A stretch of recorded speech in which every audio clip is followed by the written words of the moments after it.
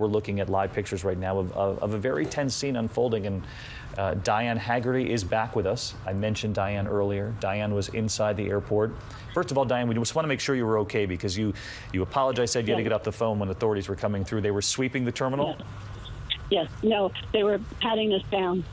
They patted you down? They went from passenger to passenger? Yes. Passenger patted everybody down. And did they talk to you while they did that? Were they explaining that No. That's what they have to do? No. They just told us, stand there, and we got patted down. And certainly you understand why. Baggage claim. He shot everybody between 2 and 3. Between 2 and 3, meaning? The carousels. Oh, between carousels 2 and 3. And had you come in on a flight? Is that why you were at baggage claim? No, I work there. Oh, you worked? I work for a cruise line, and I was standing under kiosk. We heard the noise. We thought it was firecrackers that wise kids were doing. And we looked again, and we saw him with the gun going up and down. Yeah. We all realized then. We fell down, and then everybody said, get out, get out. So I finally was able to get out. And you left the terminal altogether, or did you go to another terminal? Yes. Where are you now? At that terminal, because I came back. Everything I have is here, so we all came back, and we also had people to take care of. So had people to take care of, and Diane, unfortunately, what you describe is what we've heard so often, is that initially people think it's firecrackers or something being set off by. Yes, it just sounded like that, and we all looked down to where it was coming from, and the only thing we can figure out is that he was shooting up in the beginning, because then when he got in the thing, he did nothing but swing the gun and shoot. Diane, can you describe what you were able to see? Were you able to see him directly? We have reports that he was wearing a uniform, that he was carrying some sort of a long gun. What did you see? I didn't see a long gun. I saw a short gun, and he had on a bluish green shirt, and I would say it was not too old. I mean, he wasn't 50 or 60. I would say it was probably 30. But no, as I said, I watched him, and I can't believe I watched him. Was he saying anything as he was doing this? No, not that I heard, unless he was saying something under his breath. I was probably about 20 feet away. Oh. Diane Haggerty with us on the phone. Diane works at a kiosk there for one of the cruise lines. We're all familiar that when you come through the terminal after you've gotten off your flight and you come to get your bags, they're often the very kind faces waiting to greet you from various different businesses, the rental agencies and the cruise lines, and Diane was there. Diane, we thank you. We're glad you're okay. And she described a scene of people who initially heard, cracking. They didn't know whether they were dealing with, firecrackers, or she said teenagers maybe acting up inside the airport. But it was not long before she said she actually saw the shooter herself. As is so often the case, eyewitnesses describing slightly different descriptions of who they saw in those initial moments. She said it appeared that he had a short gun, that he was wearing a blue or green shirt, and she didn't describe a uniform per se. She also said he wasn't saying anything unless he was whispering something under his breath, and that she just dove behind the desk of the kiosk until the situation had cleared somewhat, and then she left altogether, only returning to check on her colleagues and her friends. She said all of her belongings were there, and that's when they came through with the second sweep.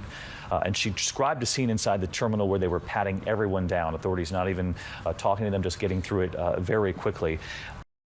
I do want to bring in Steve Campion. He's with our ABC station in Houston, KTRK. He was on the flight from Houston to Fort Lauderdale, landed at the airport. They kept him on the plane for some time. And Steve, when we last spoke with you, we could hear the flight crew in the background beginning to tell you that they were going to allow all of you, the passengers on the plane, to get off the plane.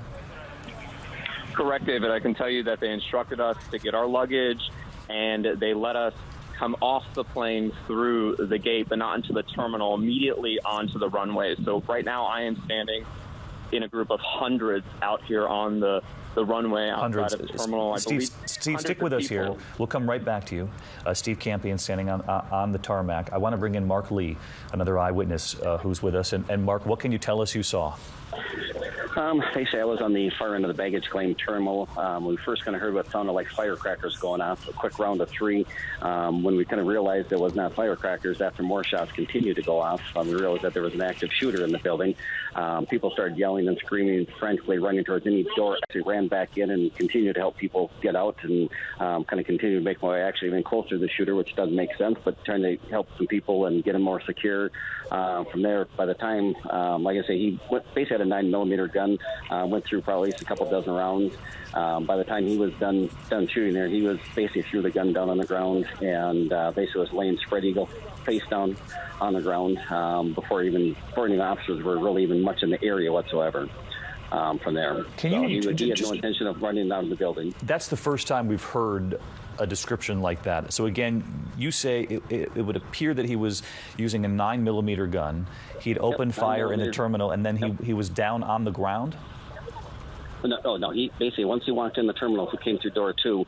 He went towards the right, so going towards carousel 2 and 3, and just started randomly shooting people at will. I mean, no rhyme, no reason. He wasn't targeting male or female or anything at that point. There was, like a gentleman with his 2 boys. He got shot in the wrist. There was a lady I was consoling for quite a while that her husband was one of them that was killed here, was shot in the head. She got shot in the neck through and through. I watched the other couple of people that were killed here. I watched them get shot. There was so much gunpowder and smoke from there that it was all smoky in the building, just from all the shots that he did in about roughly 45 seconds. After the shooter. Were you able to see how this came to an end? How they were able to? Oh yeah. I watched him. At that point I was about probably 20 feet away from him by that time. And how was he detained? He basically once he was done with ammunition, without a gun, he threw his gun down the road, which I was about 10 feet away from him, he basically threw the gun on the ground, and he laid on the ground face down, spread eagle. So he was already down. He was waiting for the officer to approach him. That's what I was getting at earlier. We had not heard that description yet. Mark Lee, who's inside the terminal. Mark, we really appreciate you talking with us, and you're very calm for having just helped so many people in the middle of that storm. But as you heard Mark Lee, an eyewitness there at the airport, just described, the gunman walking into that terminal, then turning right, opening fire indiscriminately at men and women, he said. And this eyewitness says when the shooting was finished, that he was standing a mere 10 feet away from the gunman, who he said appeared to have run out of ammunition, was then on the ground, face down, laying down on the ground. And he said, in fact, he was there lying on the ground waiting for law enforcement when they finally get on the scene, Brian. That's right, and we're getting a second report that it was a handgun that was used, not a long rifle, not a semi-automatic weapon. This is different, though, from what we have seen in the past as far as him appearing to be finished with what he could do and then simply waiting for authorities to arrive. Right. That is not how a suicide bomber, a terrorist, an ISIS-inspired attacker behaves. Steve Campion, KTRK reporter who was on that flight from Houston to Fort Lauderdale. He was on that flight. We were talking with him. We could hear the flight crew beginning to tell the passengers that they too would be deplaning like the hundreds of other people that Steve was able to see out the window while he was on the plane. And Steve, I had to step away from you for just a moment, but I do want to get back to you because you're now down with so many people who are simply standing outside that airport. David, correct. It's incredible to hear those accounts from the eyewitnesses inside the terminal, because for so many of us flying into the airport, especially everyone on our flight, they simply did not know what was happening here at the airport, except when obviously everyone turned on their phones. Phones started going off with calls. But I'm actually on the runway with hundreds of people who are being kept outside of the terminal, but in the secure area of the runway where the planes typically would be taxiing and then taking off. We can hear in the distance the alarm system in the terminal going off as the sheriff's helicopter hovers overhead. So many people out here simply do not know what happened earlier today. They're calling their loved ones. Everyone, we're being told, coming into the airport is being diverted. So everyone is essentially out here on the runway sitting and waiting to see what will happen next.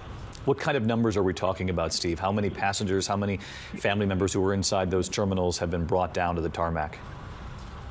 David, it's hard to gauge. I would say where I am on this part of the runway, there are hundreds of people out here.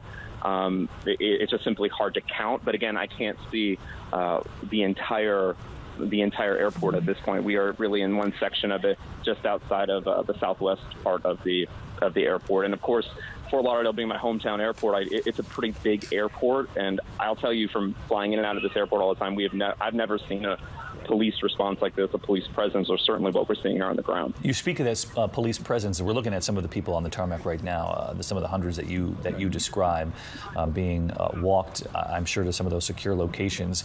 As far as the police activity at this point, Steve, we've been told by the Broward Sheriff's Department that there were unconfirmed reports of possible additional shots fired. They haven't weighed in. We're expecting a briefing in a moment, and when we get that briefing, we should let everyone at home know. We will obviously carry that live. But in the meantime, Steve, what have you been able to witness as far as ongoing police activity there at the airport? I can tell you, where I am standing, the police are off in the distance. This area is kind of being taken care for by airline personnel, TSA. We have some of the airline employees out here actually passing out that water to people just sitting here waiting. So we haven't really had an interaction with law enforcement here on the ground in this particular part of the airport where we're standing. All right. That's Steve Campion. You've been listening to a reporter with our ABC station KTRK in Houston, speaking of his hometown airport there in Fort Lauderdale, where he landed only to learn of the situation. And he described, which is a common part of the culture now of flying, that when you land, Chief Brown, you turn back on your phone when they tell you can. And he said almost immediately the phones were lighting up with certainly loved ones who were checking on everyone landing on that flight to Fort Lauderdale. Yes, very common for everyone with their smartphone to take images, talk to loved ones, take pictures. Some people even maybe be Facebook Live, some information that they telling their loved ones what they saw. And so we'll have a lot of flow of information back and forth over the next several hours about what exactly happened from different perspectives based on witness. As I mentioned a moment ago, we're expecting to hear from authorities who are on the scene. If and when they begin to carry that live, we will turn right to it as we wait for more information. But many of you, I know, have been with us all afternoon. I want to bring back in Dwayne Dickerson, who was describing the scene just when the briefing began. And Dwayne, you were calmly talking about what was not a calm scene there in the airport. Can only imagine. You were saying that you were at the ticketing counter, you were next in line, and that you leapt behind the counter with the ticketing agent. We can only imagine what that was like. And then everyone ran to the doorway. Ended up being a supply closet? That's correct. It was a supply closet, smaller than your smallest. The shooting started around 1, maybe just before 1. We were in that room about 30 minutes. Nobody wanted to leave. But the other side of that coin is that nobody wanted to be a sitting duck either. You know, it was one way in and one way out. And so, you know, eventually we started peeking out, and then people started coming out, and it looked like there was a lot of police activity. And then all of a sudden, you hear yelling and screaming, the police officers running, their high-powered rifles up, and that's when these rumors started with the second active shooter. And that's when people poured back into the supply closet, and, you know, everybody was just hiding, ducking behind all the kiosks, trying to shield themselves from, you know, outside and what seemed to be an active situation outside of the terminal. Law enforcement still keeping people inside the airport there? That's correct. So the last few announcements, one was shelter in place and stay calm, and then the very last one was do not take any direction from anybody other than law enforcement officers. So everybody's in the terminal. They're not letting anybody out. And they were asking who saw what and what your recount of the situation was.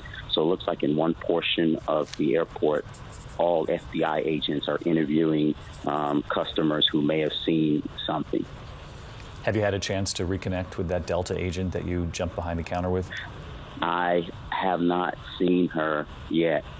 But she was so scared. She was frozen, David. And I was asking her, so finally I grabbed her hand and said, well, which way to the exit? Which way to the exit? And then I saw a door, and I said, was this the exit? And she just couldn't respond. She was so terrified. And so that's when we assumed that may have been the exit, and that's when everybody got in there. And so, you know, everybody was contemplating, do we want to go in this one place so everybody was saying, is there a way out? Is that an exit? Is that an exit? Do we want to go in this one place where we could be trapped? But with so much activity and the shots were still firing, there were several shots. Yeah. it seemed like the best of a bad situation to at least be out of the way, and hopefully he didn't come that way and come in that room. Well, Dwayne, we're glad you're okay and that everybody who was right there with you and that Delta agent, I hope that she's had some time here to feel a little better about what you all have witnessed this afternoon. We're thinking about all of you. Dwayne, our thanks to you.